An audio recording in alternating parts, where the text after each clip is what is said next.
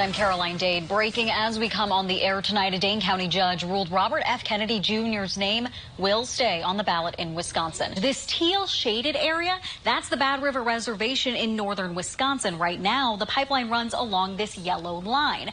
But a federal court says the company that owns Line 5, Enbridge, has been trespassing on the reservation. Right now, I'm across the street from the Dean Medical Clinic at Buckeye Roads and Stoughton Roads. This is the reunification center for parents, and right now we are seeing parents see their kids for the first time since they learned about this shooting. They're picking their kids up, walking to their cars. And if you take a look, this long line of cars lining up right now on Buckeye Road, these are all parents who have picked up their kids, have them in their arms again tonight after this very scary situation. The department sent all of us the same statement, declining to answer our questions because of patient privacy. I followed up with DHS again because my questions are about what state workers who are paid with your tax dollars did, not about a patient.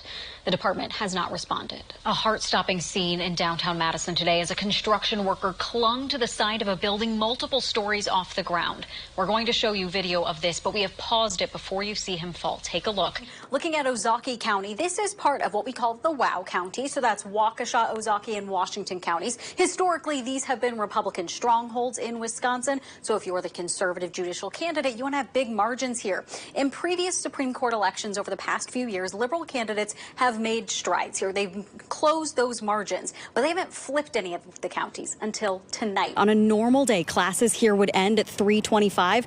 Right now, it's after 4:15 Central Time. Students are still inside the middle school and the high school. The jury got to hear what Bart sounded like as he figured out his son was lying to him. I just want to say, I don't know how well people can see it. This gray screen, this is what it looks like right now in St. Paul, Minnesota. A traffic cam. This is, so that's supposed to be, buildings and roads. You can't see any of it. So at least we don't have that. How are you feeling about how cold it's going to be over the next few days? Elsa, this is your season. Here's the deal. I love winter. You know this. But I want snow. If it's just this cold and there's no snow, it's a waste. As you drive around Madison, you'll see this a lot. Speed limit, 25. There's a reason for that. When it comes to road safety, everything comes back to speed. The higher the speed when the crash happens, the more likelihood someone will get severely injured and someone will die. That's Yang Tao. It's his job to make Madison streets safer. The plan is called Vision Zero. The city wants to eliminate all traffic deaths and serious injuries on its roads by 2035.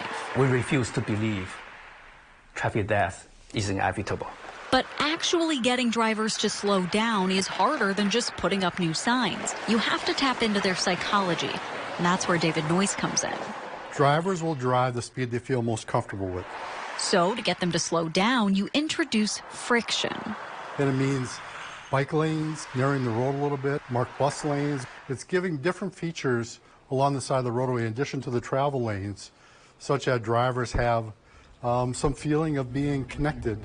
To get a better look at street design in action, I got behind the wheel with Noyce riding shotgun. As we made our way across the isthmus, he pointed out that some street narrowing is temporary and not part of the permanent design. The construction becomes very narrow.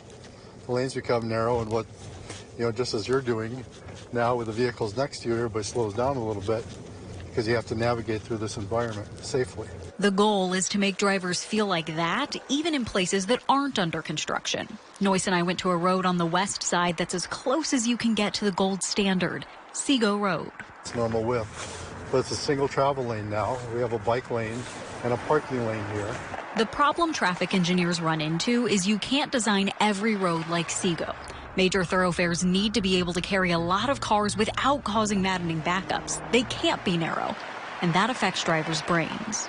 In wide open areas, make people feel comfortable driving very fast. Think about East Washington Avenue.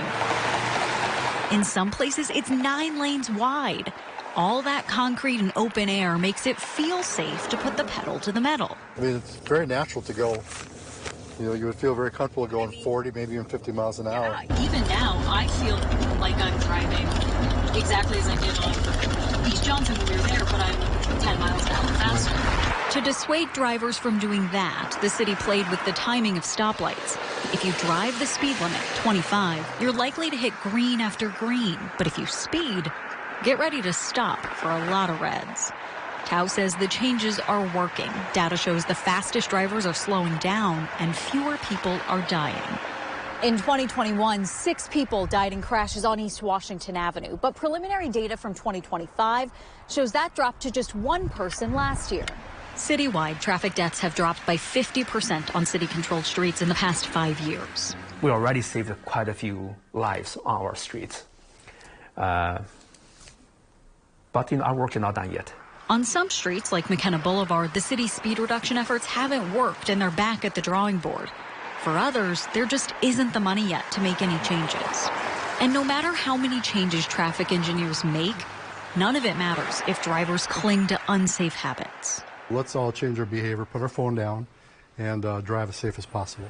Reporting in Madison with photojournalist Ryan Moore, I'm Caroline Dade.